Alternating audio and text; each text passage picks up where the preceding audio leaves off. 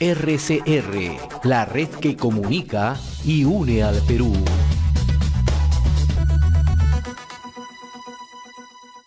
Y lo anunciado, ya se encuentra con nosotros el doctor Milton Monjes. En su momento era sido ministro de Agricultura, también ha ocupado la cartera de Vivienda y Construcción y ha sido también director ejecutivo de Proinversión. Le agradezco la amabilidad. Qué gusto No, muchas tenerlo. gracias por la invitación, encantado de estar con ustedes. Bien, comentábamos al inicio del programa que el tema de las bambas ha llegado a un punto cero nuevamente, ¿no? Si bien es cierto, ayer el Poder Judicial ha dictaminado la prisión preventiva contra los dos asesores legales, los hermanos Frank y Jorge Chávez Sotelo.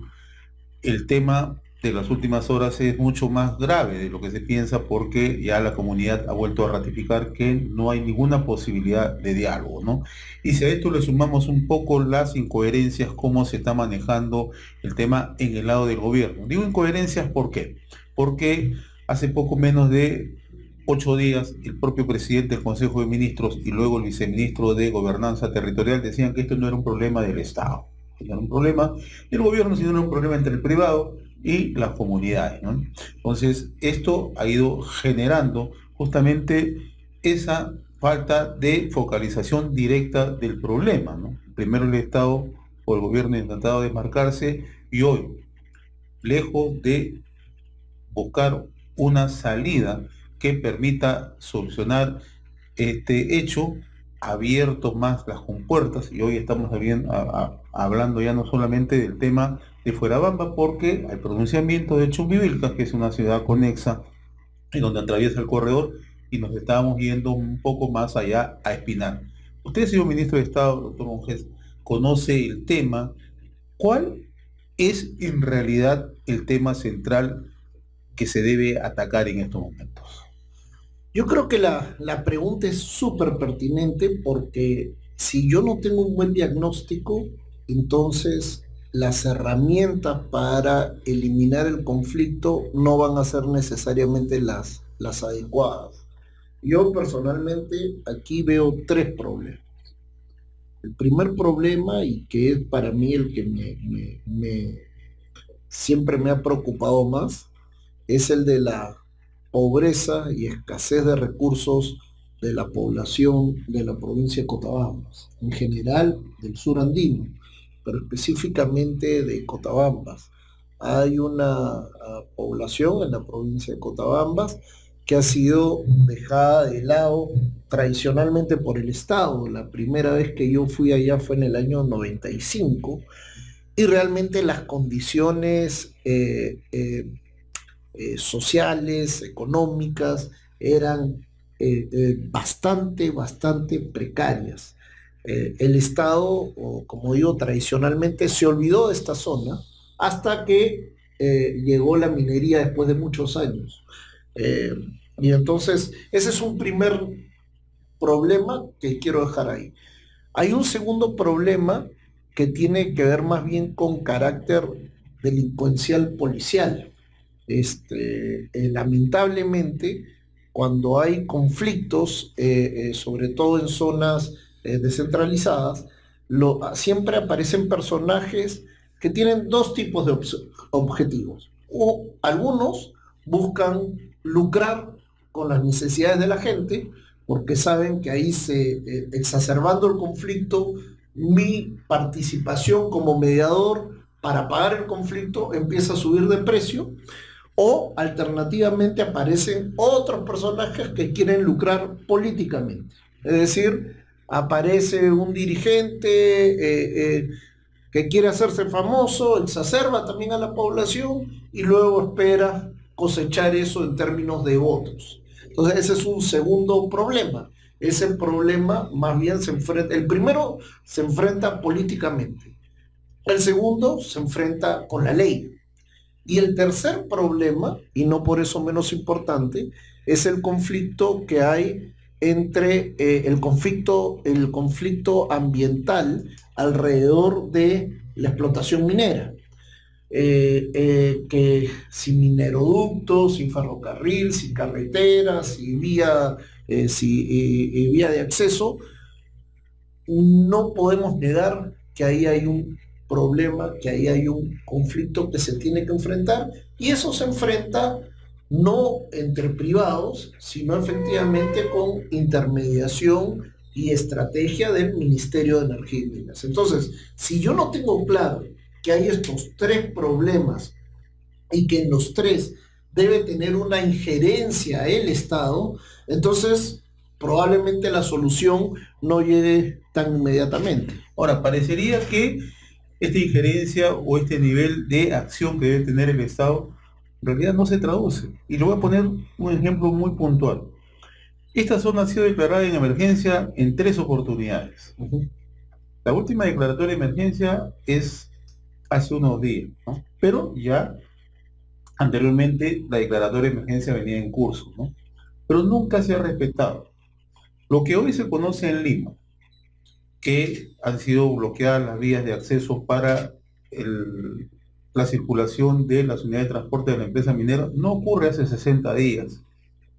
Eso ocurre hace más de un año, ¿no? Porque de manera sistemática se ha venido bloqueando, ¿no? Entonces aquí estamos también frente a un hecho de una vulneración constante del principio de autoridad. Declaramos emergencia, no se cumple. Nos presionan, cedemos, ¿no? Entonces aquí hay que preguntarse, ¿no?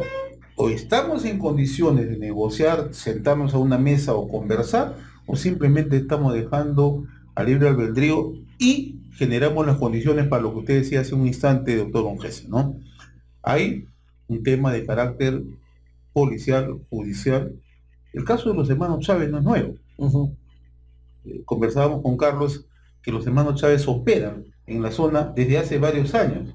Hay quienes dicen 2, 3, y nosotros estamos en condición de decir que son más años los que operan los hermanos Chávez. Se conocen desde hace mucho tiempo. Entonces, ¿cómo actuar, no? Porque también vemos personas que van a negociar y no conocen en exactitud lo que está ocurriendo en la zona. Hemos visto que se han sentado la semana pasada a conversar con comuneros de Chumbivilcos, haciendo creer, porque ese es el término puntual, que están dialogando con gente del ámbito de influencia, y eso no ha ocurrido en realidad. El ámbito de influencia en este caso son 2 actores de fuera banda, ¿no? Solamente para complementar, José, pero vemos la actuación, como usted dice, por ejemplo, de la autoridad.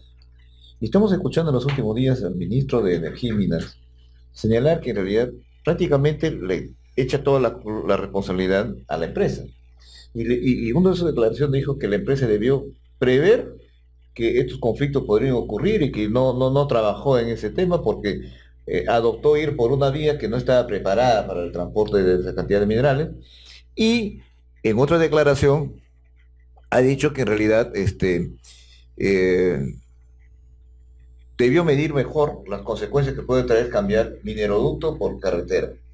Eso quiere decir, esa responsabilidad está en manos de la empresa o está en manos del Estado. ¿Cómo debe conjugarse entonces este intercambio de autorizaciones, de diálogos, donde obviamente tiene que intervenir la comunidad para llegar a una mejor situación y no generar ese tipo de conflictos? Yo creo que, a ver, yo, digamos, el pasado y a estas alturas del partido ser general después de la batalla, que esto se hizo mal, que esto se hizo bien, que pudieron hacer así o que pudieron hacer así, digamos, está bien saber lo que pasó, pero hay que mirar de acá para adelante. Y de acá para adelante, el Ministerio de Energía y Minas y la empresa tienen que sentarse a conversar para enfrentar el problema minero ambiental. Porque si no se ponen de acuerdo, yo no sé cuál es la solución, pero hay un montón de alternativas. Si no se ponen de acuerdo, en lugar de estar lamentándose de lo que se hizo hace unos años... ¿Y de quién es la culpa ahora? Claro, porque ahora la verdad del tema es que esta dimensión del problema es responsabilidad de la mina y del Ministerio de Energía y Minas. Ambos tienen que sentarse y conversar para ese tema específico, pero tampoco es suficiente que ellos dos resuelvan el tema, porque si no atacamos el tema social, que se basa en unas condiciones que son súper objetivas de pobreza en la zona y no enfrentamos el problema delincuencial. Y acá un paréntesis también, recuerdo un ministro del Interior que cuando la policía fue a liberar la vía, cuando recién hubo el cambio de gobierno, el ministro del Interior sancionó, fustigó a los policías y Sí, están con un proceso abierto hasta el día de hoy, ¿no? así es, porque los policías hicieron su trabajo. Entonces, claro, también a veces aparecen personajes que por tener sus 5 minutos de fama y quedar bien con todo el mundo, las consecuencias de sus actos se pagan en el mediano y largo plazo. Pero regresando al tema, entonces, hay un tema, o sea, el Ministerio de Energía y Minas no puede decir, bueno, ya pues fue un error de la empresa, o fue un error del gobierno pasado o del traspasado. En este minuto tiene un problema que es competencia del Ministerio de Energía y Minas en estrecha relación con la empresa de resolver. Eso lo tiene que enfrentar. ¿Y cómo entendemos entonces que en el tramo anterior de este proceso, por ejemplo, que se intentó negociar y finalmente terminaron ampliando más bien todo el problema, todo el corredor, con esta visita a Chuquivilca, no se haya excluido ahí justamente al sector que tiene en su competencia este problema? Claro, es que por eso empezamos con el diagnóstico. Si yo no tengo claro el diagnóstico, entonces tampoco tengo clara la estrategia de negociación. ¿Qué quiero decir? Está muy bien que vayan los ministros, pero los ministros tienen que focalizarse en el problema social con los interlocutores válidos que son los alcaldes de los distritos de la provincia de Cotabamba, es decir, con el de Aquira, con el de Chalhuahuacho, con el de Coyurqui, etcétera.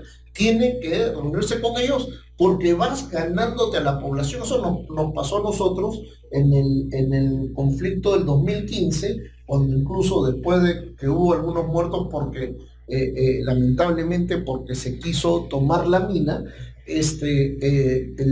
tuvimos que ir a mí me tocó encabezar, primero fui solo, y lo que hay que hacer es llegar a los alcaldes que incluso estaban amenazados y se reunían con las autoridades.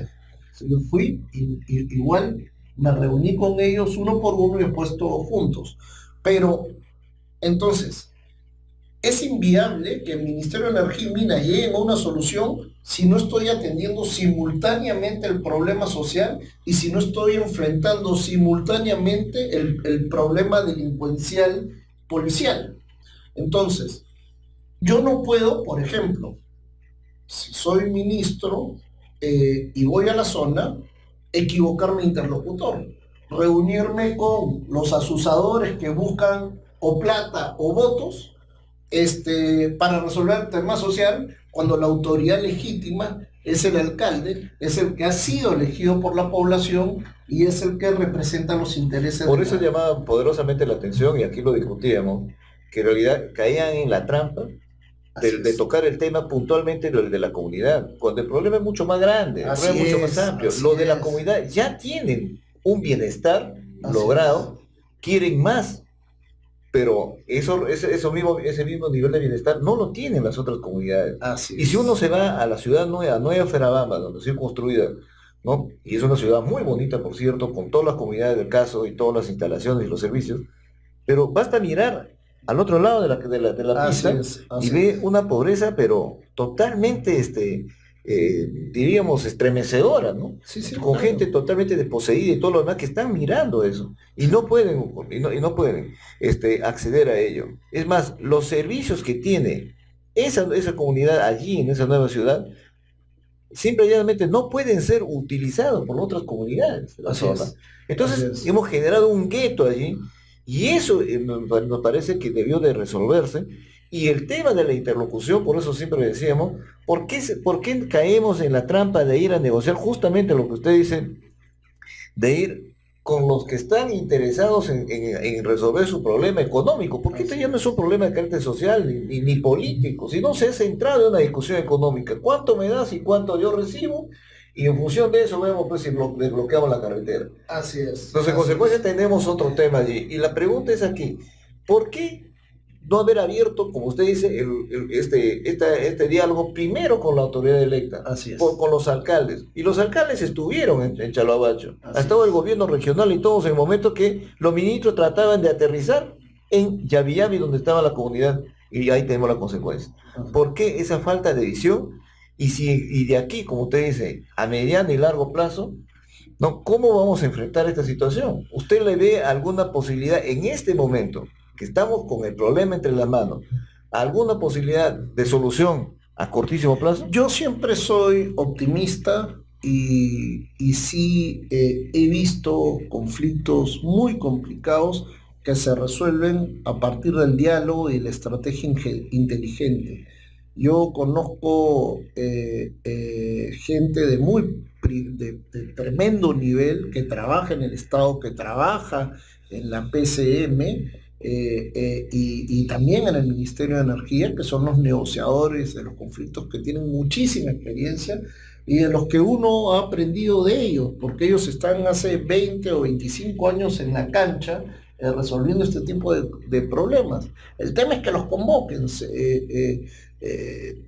Yo conozco un par de ellos, por ejemplo, que son los que te dicen exactamente cómo tienes que proceder y han apagado un montón de incendios. Entonces, están en el Estado, pero no los convocan. Están ahí, trabajan en lo que era la antigua Secretaría de Prevención de Conflictos. ¿Y cuál es la razón para que estos no tomen el protagonismo en este caso?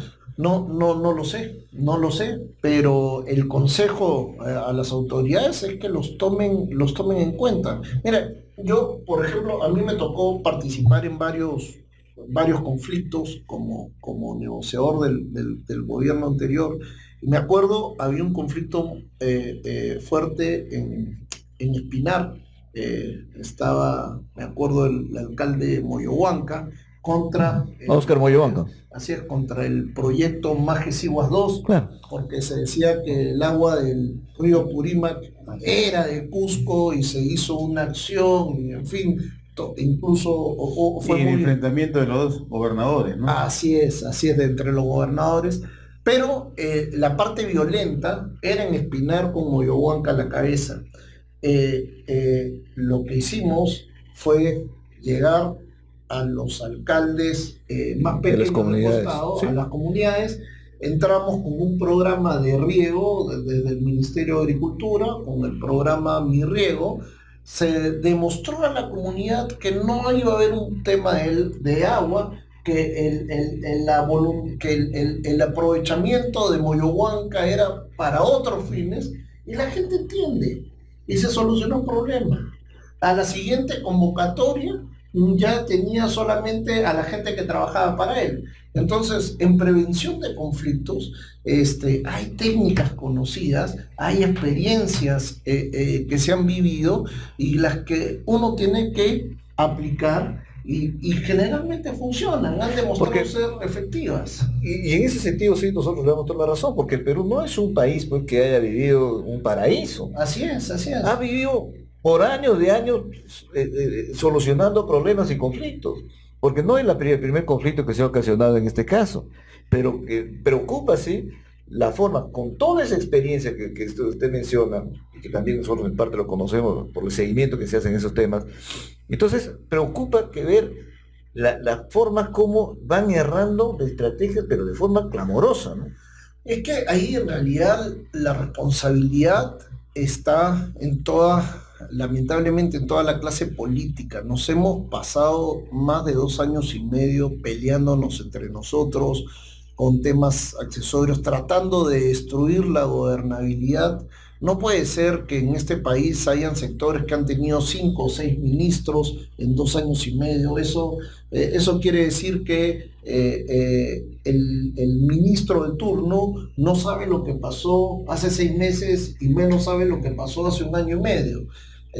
Cuando nosotros fuimos a negociar en el tema de las bambas, por ejemplo, llegamos, hicimos todo un plan de intervención, hicimos como 24 proyectos de agua rural e hicimos un proyecto grande de agua y saneamiento en Chalhuahuacho, que ya debe haberse terminado o estar terminándose, Y lo que pasó fue que subimos indicadores, por ejemplo, cobertura de agua. En Tambobamba aumentó de 6% a 70%, en Cotabambas de 0,9% a 79%, en Chalhuahuacho de 15 a 45%. Eso quiere decir que todavía hay necesidades, pero que cada vez más, cuando la gente te ve trabajando al costado por sus necesidades, no tiene ninguna razón para plegarse a ninguna protesta. Eso es generar confianza, pero yo le voy a poner dos ejemplos Sí, claro. inmediatos. Mira. En el año 2016, siendo ministro de Transportes y Comunicaciones, el actual presidente de la República encabeza la representatividad del gobierno en la crisis en Las Bambas. Ofrece el plan Cotabamba, ¿no? Un plan que además lo explicó de manera abierta, público, con gráficos, con fotografías, etcétera, etcétera, 2.100 millones de soles. Meses después, también para atenuar un tema similar, y ayer lo recordaba una persona con la cual nosotros conversábamos en una de las plataformas de acá de la emisora, nos decía, no solamente ha sido el plan Cotabambas, en Chumbivilcas también se ha ofrecido una cantidad similar. O sea, un conjunto de sobreexpectativas que no se han cumplido en los términos y en los espacios fijados, ¿no? Entonces, la gran pregunta es que flota acá. ¿Tiene capacidad en estos momentos el actual gobierno para sentarse y decir, vamos a hacer esto, vamos a desarrollar estos programas sociales, vamos a ejecutar estas obras, considerando que esto ha sido recientemente, este no es un tema nuevo? Y lo otro, ¿te preocupa el silencio del presidente de la República en este tema, habiendo sido actor hace poco menos de 2 años? Sí, a ver, la pregunta en realidad parece fácil, pero es re compleja. Porque lamentablemente, si bien dije que no me gusta hablar mucho de los errores del pasado, porque de ellos hay que aprender nada más, pero sí es cierto que hay cosas que no están funcionando en nuestro país de manera estructural. Primero, el proceso de descentralización creó a los gobiernos regionales para que estos sean el articulador entre la política nacional y las políticas territoriales a nivel de municipio. El gobernador, el gobierno regional, debería ser ese gran coordinador de la visión de desarrollo de la región hacia el futuro y por lo tanto ser ese gran interlocutor entre instancias nacionales e instancias locales. Eso en realidad no ha pasado. Los gobernadores suelen ser un alcalde más que compiten con los alcaldes para ver quién hace más obritas, como si con obritas se solucionara el tema de desarrollo. En ese contexto es que el gobierno nacional trata de suplir esas funciones y llega directamente donde está el conflicto en un territorio más acotado.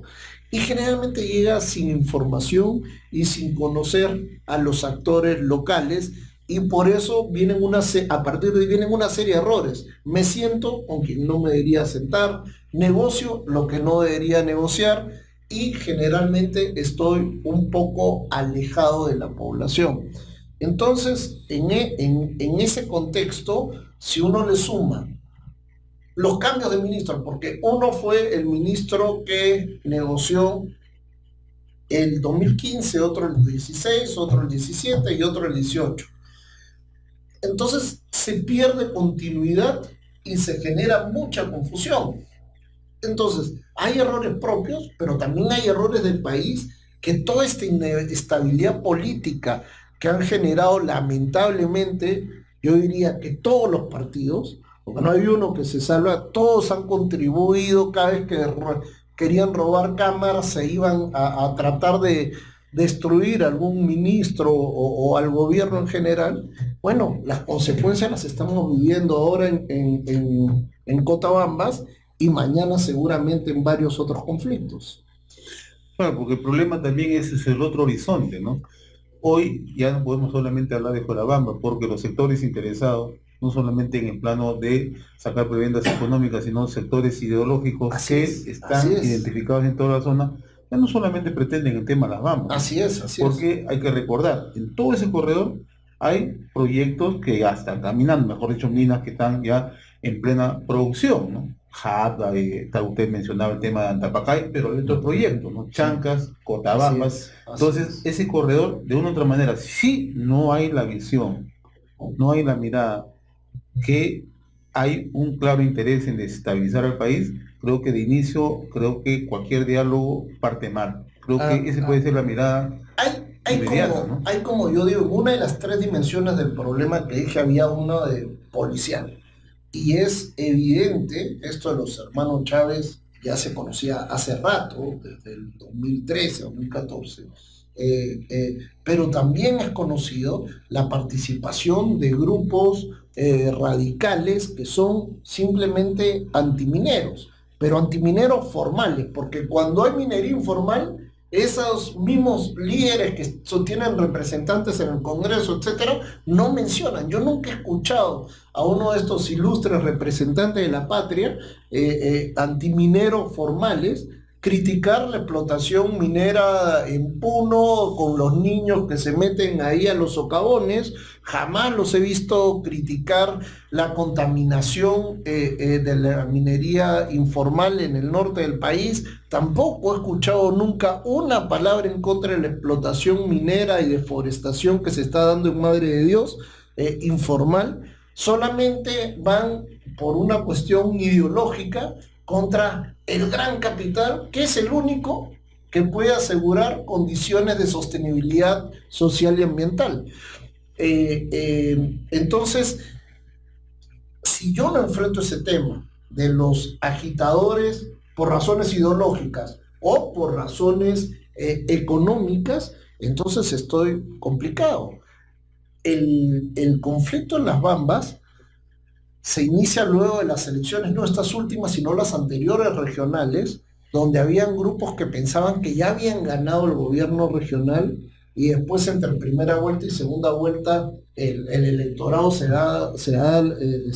cambia de opinión, y entonces los que pensaban que ya iban a hacer no fueron y generan toda una estrategia porque pensaban que iban a capturar el manejo del dinero. Y acá déjame hacer un paréntesis chiquitito. Yo acá tengo un par de cifras. Por ejemplo, el 2009, toda la provincia de Cotabambas recibía como transferencias 22 millones de soles. El 2015, ahorita nomás, ya recibían casi 3 veces más, 74 millones. Y el año pasado han recibido 325 millones de soles para una provincia que nunca manejó esta cantidad de dinero. Entonces, también es apetitoso llegar al poder local, regional, porque manejar esta cantidad de dinero con discrecionalidad puede generar, por un lado puede generar bienestar si lo uso bien, pero por otro lado puede generar un enriquecimiento de muchas personas si se usa mal, ¿no? Y ahí viene otro tema, ¿no? Porque en realidad, ¿con qué aparato técnico y recurso humano voy a manejar esas cantidades ahora en esos municipios que no están preparados para hacer ese tema? Porque ahí entonces viene el tema de corrupción en los gobiernos subnacionales que nos está atacando. Hace poco nosotros hablamos con un economista que tiene una visión bastante interesante desde Puno, ¿no? Y nos dice que en realidad había hecho un estudio, escribió un artículo muy, muy claro y nos decía, 20 años después, en tema de canon minero, los gobiernos regionales y provinciales han recibido cerca de 45.000 millones de soles. Sí. En el caso de su región señalada, acá se recibió 2.600 millones. Y la gran pregunta que nos hacemos es, ¿dónde está la gran obra, o por lo menos obras emblemáticas que se hayan hecho en beneficio de las comunidades con ese dinero? Así Y es es más, y nos decía, si aplicamos la teoría del diezmo, porque es el término que se está acuñando ahora en las provincias, la teoría del diezmo es el 10% de la coima que se paga por toda transacción de proyectos y consultorías y todo lo demás. Entonces, nos dice, solo en Puno hay 260 millones que no tienen explicación y que estamos seguros directamente han ido a bolsillo los corruptos. Y en el caso nacional, si nos ponemos entre 45 mil millones la cifra, ya sabemos la cantidad que hay allí. Entonces, ¿qué cosa hacemos con eso? ¿Quién ha controlado eso? ¿Cómo hemos manejado esos dineros? ¿Y por qué nos viene como un boomerang, nos cae nuevamente el problema de la falta de recursos en las regiones y en las provincias? Mira, yo por ejemplo estoy totalmente de acuerdo con lo que dijo esa persona, ese colega entrevistado. Yo también he trabajado el tema. Por ejemplo, en la provincia de Cajamarca, donde está el distrito de La Encañada, hice un estudio para ver qué había pasado con la pobreza luego de 15 años de canon. Resulta que el distrito que tuvo más canon per cápita en la provincia de Cajamarca fue La Encañada. Y durante todo ese periodo, La Encañada apenas redujo la pobreza en menos de 1%. El que más redujo fue un distrito que se llama Yacanora, y que tenía menos de la mitad del canon que recibió La Encañada. Pero por otro lado, Solo por una previsión. ¿Cuánto recibió en esos 15 años? ¿Cuál fue la sumatoria de recursos que recibió la Cañada en esos 15 años? yo no recuerdo, pero eran algo así como más de 8.000 soles por habitante. O sea, pero ¿qué pasó? El tema es que si uno ve en lo que se invirtió en ese periodo, es edificios municipales, palacios municipales varios, edificios para albergar a gente, porque el municipio se vuelve un gran Clientelaje político. clientelaje. Dos, plaza de toros, estadio de fútbol, coliseo cerrado, 16 iglesias que se hicieron con plata pública.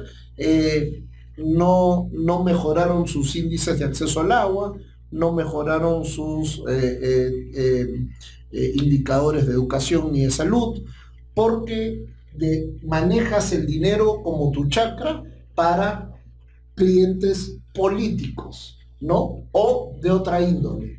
Entonces, tenemos el reto pendiente de institucionalizar la gestión pública, porque si queremos ir para adelante, cada 5 años en el Perú cambiamos todas las autoridades y el Estado se revuelve. Estoy haciendo un estudio en el marco de un proyecto con el Banco Interamericano de Desarrollo, y lo que ves en el sector público es que alrededor de 30% son nuevecitos de los servidores públicos a nivel nacional. 30%, o sea, casi un tercio son gente que acaba de llegar y que recién va a empezar a aprender, ¿no? Luego de los otros 2 tercios, solamente 25% es gente que tiene una trayectoria, una cierta estabilidad y tal. Entonces, no podemos hacer gestión pública con este nivel de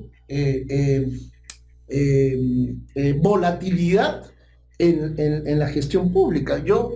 Pensemos en una empresa privada. En una empresa privada no cambian al gerente general 2 veces al año, y a los subgerentes 5 veces al año, y a los funcionarios 10 veces al año. Eso sería locura. Ninguna corporación mundial hace eso, ni nacional, ni mundial, ni nada. O sea, eso sería la locura, perder la información acumulada. Es una cosa que no paga dividendos en el mediano y largo plazo. Entonces, tenemos retos más allá del conflicto puntual. ¿Cómo hacemos una gestión pública profesional, eficiente? Sacamos la ley Servir en el año 2014. ¿Para qué? Para hacer una carrera pública profesional meritocrática, que el Estado lamentablemente está lleno de el amigo, del tío, del primo, que llega porque, oye, consíguele una chambita porque no tiene chamba. Estamos repletos de eso en el sector público. Entonces, la ley Servir te decía que había que tener un mapeo de puestos y a partir de ahí hacer unas carreras meritocráticas. El primero que se exoneró fue el Congreso de la República. El segundo que se exoneró fue el Poder Judicial. Ya sabemos por qué, lo vimos en los audios. Y al final, cuando ya llegó PPK, dijo, no, eso se mantiene en stand-by. La buena noticia es que el gobierno, desde el Ministerio de Economía, el ministro Oliva, lo está empujando otra vez. Pero, pero eso es un objetivo que tenemos que tener, ¿no? Y no, en todo caso, bien por el ministro Oliva, ¿no? Pero al frente tenemos otro tipo de decisiones, las famosas consultorías de 1.650 millones, que parece que un reajuste que se hizo ya van a 1.700 millones, ¿no? Entonces, ese tema de servir prácticamente se agujerea por sí solo frente a la magnitud de un tema que se está tomando para supuestamente tomar gente, ¿no?, del mercado que va a hacer supuestamente estudios pero que en la práctica no tienen mayor validez. Claro.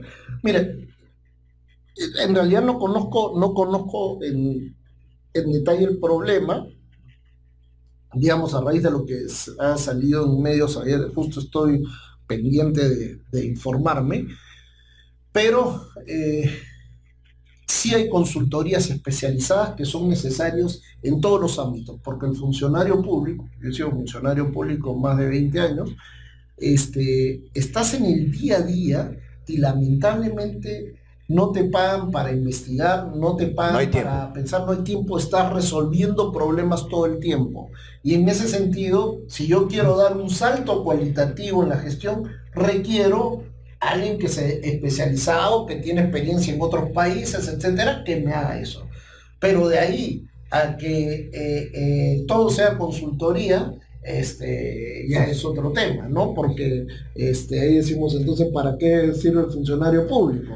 Entonces, hay que ver los justos medios siempre, ¿no? Y finalmente, ministro, o exministro, Víctor Monges, da una cosa muy precisa. De cara al futuro inmediato, ¿cuánto daño nos hace este tipo de conflicto con las damas? Hablando de captación de inversiones.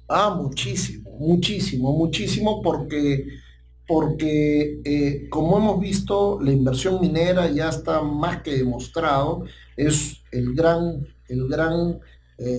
jalador del desarrollo en el Perú.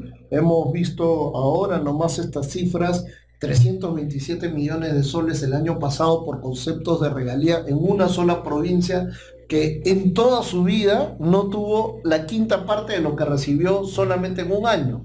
Entonces, eso es una magnitud enorme que se ha reflejado además en índices de pobreza que han reducido sustantivamente por acceso a servicios.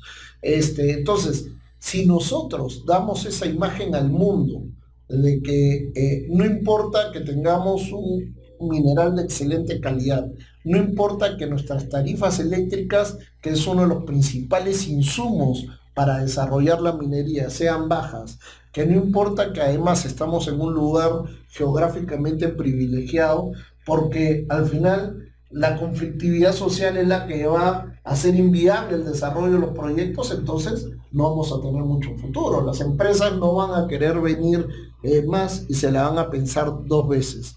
Entonces, o solucionamos este problema de la mejor manera o ponemos en riesgo a la gallina de los huevos de oro, que es la que ha generado, no me cabe duda, y todos los estudios lo demuestran, que la minería ha sido la gran locomotora del desarrollo de los últimos 20 años. Doctor Víctor Monges, sumamente grato haberlo tenido esta mañana a través de RCR, Red de Comunicación Regional para todo el país. Espero tener una próxima oportunidad. No, muchísimas gracias por la invitación, encantado. RCR, la red que comunica y une al Perú.